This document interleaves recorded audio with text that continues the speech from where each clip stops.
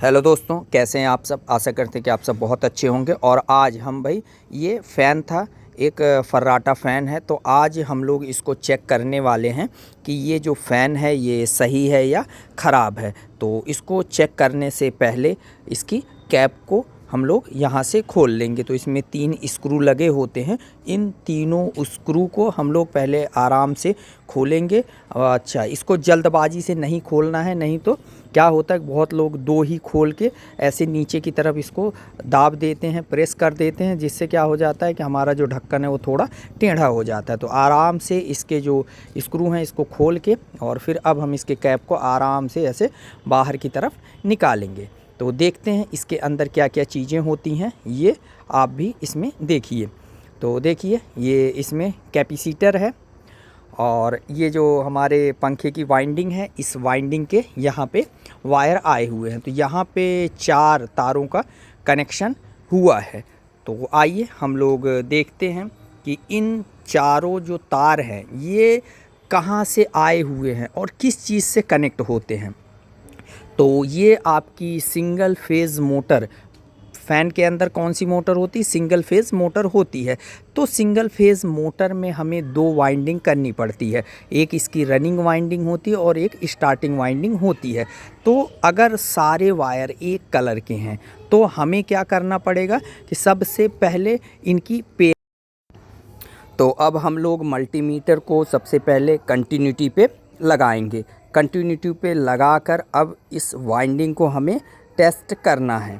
तो आप लोग सबसे पहले लीड को आपस में टच करके देख लीजिएगा क्या मीटर की जो कंटिन्यूटी बीप की आवाज़ है वो आ रही है या नहीं। इसके बाद अब हम लोग क्या करते हैं कि भाई इसकी जो वाइंडिंग है, जो चारों इसमें तार लगे हुए हैं, सबसे पहले किसी एक वायर पे मल्टीमीटर की लीड को लगाना है और उसके बाद बारी बारी से और सभी तारों पर इस लीड को लगाना है। तो जिसके साथ बीप की आवाज़ आएगी वो इसका क्या होगा, पेयर होगा।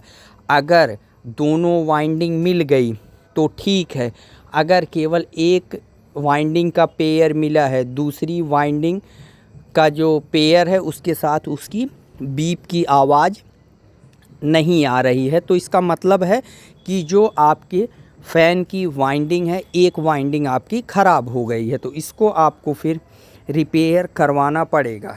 तो इस तरह से हम लोग इसकी टेस्टिंग कर सकते हैं। इसमें एक चीज़ और ध्यान रखना है, अगर हमारी दोनों वाइंडिंग ठीक है तो अब ये होता है कि भाई हमने टेस्टिंग तो कर ली, अब इसका जो कनेक्शन हम करेंगे वो किस प्रकार से करेंगे।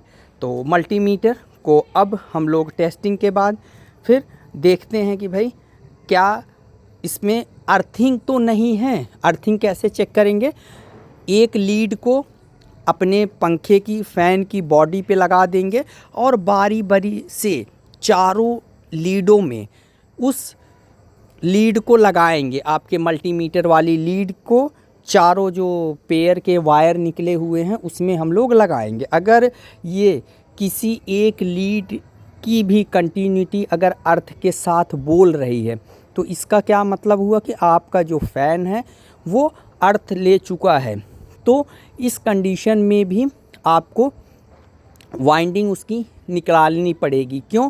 क्योंकि अर्थिंग का आपको तभी पता चलेगा कि कहाँ से हमारी वाइंडिंग अर्थ ले रही है। तो अब हम लोग ये भी समझ गए कैसे इसके अर्थिंग को टेस्ट करेंगे और वाइंडिंग टेस्टिंग कैसे होती है। तो अब इसका जो कनेक्शन किया जाएगा वो किसी भी वाइंडिंग के किसी भी एक एक तार को आपस में हम लोग कनेक्ट कर देंगे और बचे हुए दोनों सिरों पे हम लोग कैपेसिटर को यहाँ पे इस प्रकार से जोड़ देंगे।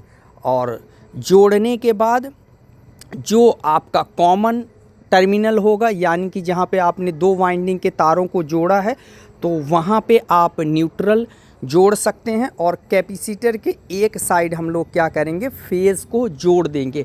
अगर हमारा पंखा सीधी डायरेक्शन में चल रहा है तो ठीक है, अगर वो सामने की तरफ हवा नहीं दे रहा है तो जो हमने फेज वायर कैपेसिटर पर लगाया है वो उसके टर्मिनल को चेंज कर देंगे, यानी कि कैपेसिटर के दूसरे वाले टर्मिनल पे उस फेज वायर को लगा देंगे और आपका जो पंखा है वो सीधा बिल्कुल चलने लग जाएगा। तो इस तरह से हम लोग इसका कनेक्शन कर सकते हैं।